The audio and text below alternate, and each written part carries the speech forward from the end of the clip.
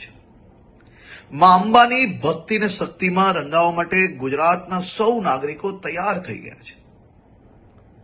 નવરાત્રીના આ પાવન અવસરે સૌ ખેલૈયાઓ દિલ મૂકીને માં અંબાની ભક્તિ અને શક્તિમાં રંગાઈ શકે, ગરબે ઘૂમી શકે તે માટે ગુજરાતના મુખ્યમંત્રી શ્રી ભૂપેન્દ્રભાઈ પટેલના માર્ગદર્શનમાં ગુજરાત સરકારે છેલ્લા અનેક વર્ષોથી નવરાત્રી મોડે સુધી રમી શકે, સાથે સાથે મોડી રાત સુધી નાના નાના વેપારીઓ, ફેરિયાઓ દરરોજ આ કામ કરીને એમનું પરિવાર ચલાવે છે, તેમનો ધંધો રોજગાર ચાલી શકે તેની બી ચિંતા કરવામાં આવતી હોય છે।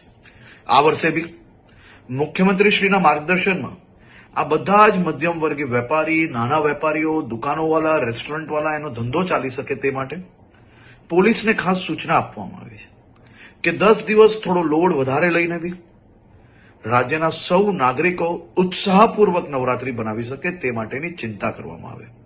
સાથે સાથે સૌ ખેલૈયાઓ અને આયોજકોને બી વિનંતી છે કે આપણું મ્યુઝિક, ડીજે, બેન્ડ આ બધું આપણા જ આજુબાજુમાં રહેતા લોકો, અગર હોસ્પિટલની બાજુમાં આયોજન કરતા હો તો ત્યાં આ બધી જ જગ્યાઓ પર લોકો બીજા જે ત્યાં રહે છે તે હેરાન ના થાય તેની બી જવાબદારી આપણી છે।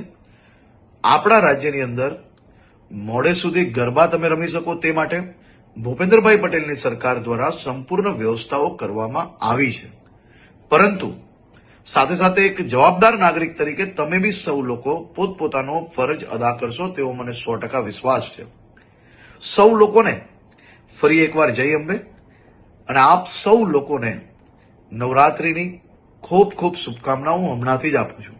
નવરાત્રીમાં દિલ મૂકીને આપ સૌ લોકો માં અંબેની ભક્તિ કરી શકો તેવી આપ લોકોને ખૂબ ખૂબ શુભકામનાઓ।